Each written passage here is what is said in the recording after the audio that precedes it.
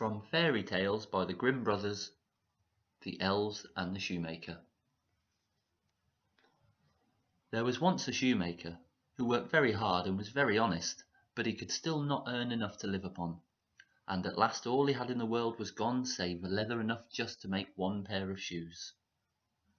He cut his leather out, all ready to make up the next day, meaning to rise early in the morning to his work. His conscience was clear and his heart was light amidst all his troubles, so he went peaceably to bed, left all his cares to heaven, and soon fell asleep. In the morning, after he had said his prayers, he sat himself down to his work, when, to his great wonder, there stood the shoes already made upon the table. The good man knew not what to say or think at such an odd thing happening. He looked at the workmanship. There was not one false stitch in the whole job. All was so neat and true that it was quite a masterpiece.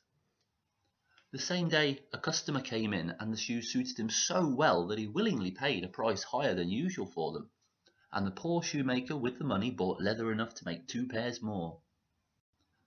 In the evening he cut out the work and went to bed early, that he might get up and begin betimes next day. But he was saved all the trouble, for when he got up in the morning the work was done and ready to his hand. Soon in came the buyers, who paid him handsomely for his goods, so that he bought leather enough for 4 pair more. He cut out the work again overnight and found it done in the morning, as before, and so on it went for some time. What was got ready in the evening was always done by daybreak. The good man soon became thriving and well off again. One evening, about Christmas time, as he and his wife were sitting over the fire chatting together, he said to her, "I should like to sit up and watch tonight, that we may see who it is that comes and does my work for me."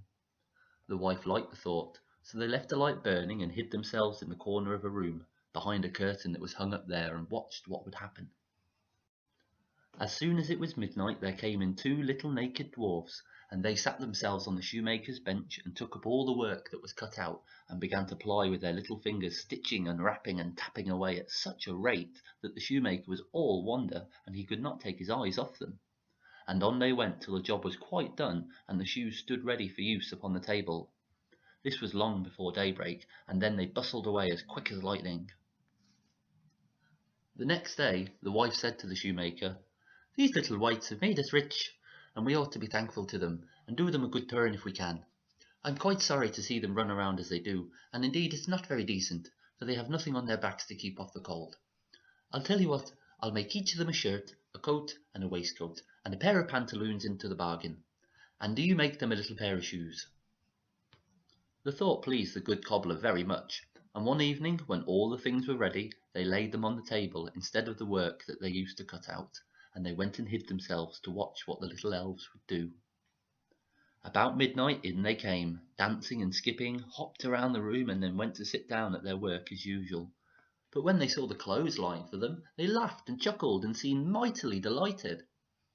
Then they dressed themselves in the twinkling of an eye, and danced and capered and sprang about as merry as could be, till at last they danced out the door and away over the green. The couple saw them no more, but everything went well with them from that time forward as long as they lived.